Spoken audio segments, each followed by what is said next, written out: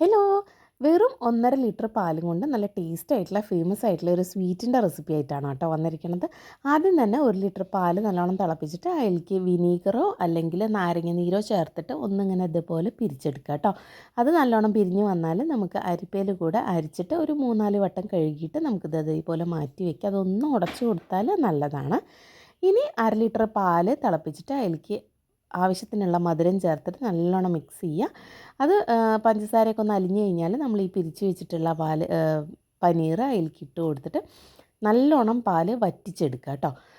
അത് നല്ലോണം കുറുകി വരുമ്പോൾ അതിലേക്ക് ഇത്തിരി നെയ്യ് വേണമെന്നുണ്ടെങ്കിൽ ചേർത്ത് കൊടുക്കാം. അതേപോലെ തന്നെ ഏലക്കപ്പൊടിയോ നമുക്ക് ഫ്ലേവറിന് അനുസരിച്ചിട്ട് ഇട്ട് കൊടുക്കാം. ഇപ്പോൾ ദാ പാലൊക്കെ നല്ലോണം വറ്റി വന്നിട്ടുണ്ട്. ഇനി നമുക്കിതൊരു ട്രെയിലേക്ക് ആക്കിയിട്ട് തണുക്കാനായിട്ട് മാറ്റി വയ്ക്കാം. തണുത്ത് കഴിഞ്ഞാൽ നല്ല മുറിച്ചിട്ട് നല്ല ടേസ്റ്റ് ആയിട്ടുള്ളൊരു സ്വീറ്റാണ് കേട്ടോ. എല്ലാവരും ട്രൈ ചെയ്ത് നോക്കിയിട്ട് അഭിപ്രായം പറയുക.